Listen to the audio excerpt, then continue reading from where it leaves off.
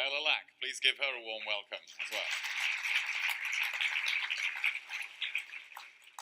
Your Excellencies, Ministers, ladies and gentlemen, sitting here discussing how we can prevent our own species from endangering another as a result of our own greed and carelessness is and always will be unsettling.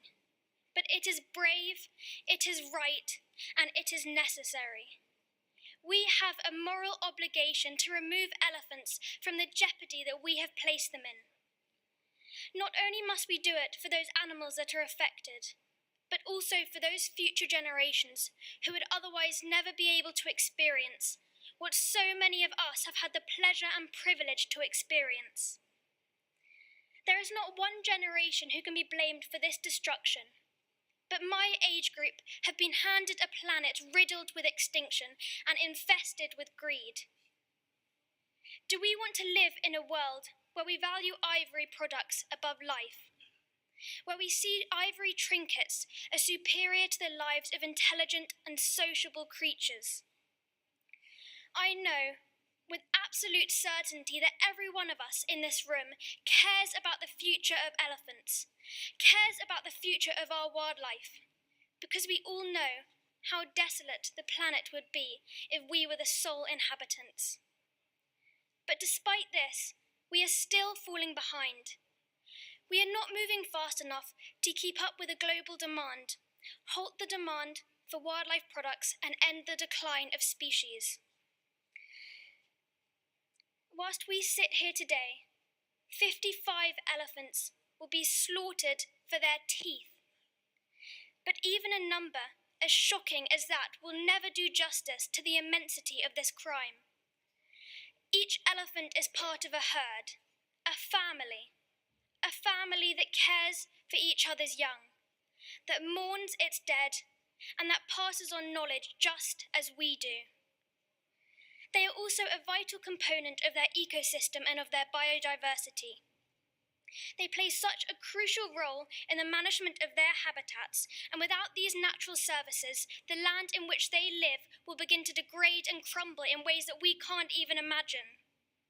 If we disrupt the intricate balance of nature, then whatever befalls the earth will surely befall us too.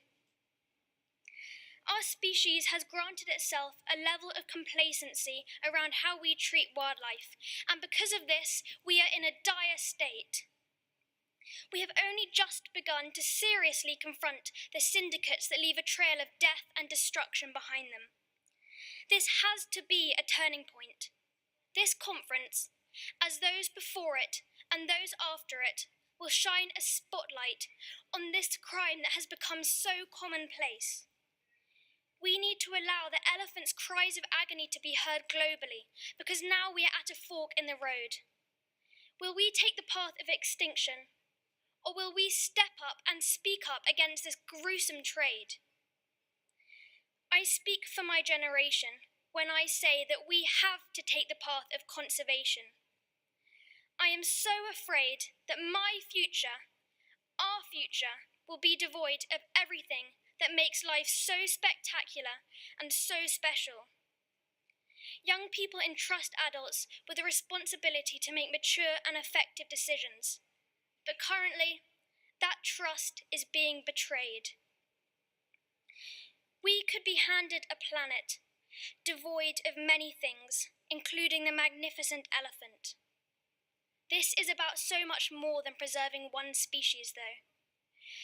Are we teaching young people to disregard the needs of future generations? If we can't protect some of our most iconic and cherished wildlife, then what are we teaching young people? Are we teaching them to give up in the face of adversity? Are we teaching them to value money above life? 4 years ago, the very first IWT conference was held here in London. Since then, we have seen great successes and progressions towards a better future for us, for our wildlife, and for our planet. We are on the right side of history. There is a growing awareness around the severity of this crisis, and my message is simple. Yes, you are here to discuss policies, pore over statistics, and implement new strategies. But behind those numbers and words are real lives that are being destroyed. Orphans that are left by the sides of their mutilated mothers. Herds that are deprived of the knowledge that is so essential for their survival. And humans that will live in a more degraded and depleted world than we are fortunate enough to enjoy and admire today. We are at crisis point, but we cannot and must not let that define the future of the species that we hold so dear. When we leave today and return to our different towns, cities, and countries, we must not allow this momentum to die out. Because if we do, the elephants will surely die out with it. And to leave you with a quote, we don't inherit the earth from our ancestors. We simply borrow it from our children. Thank you.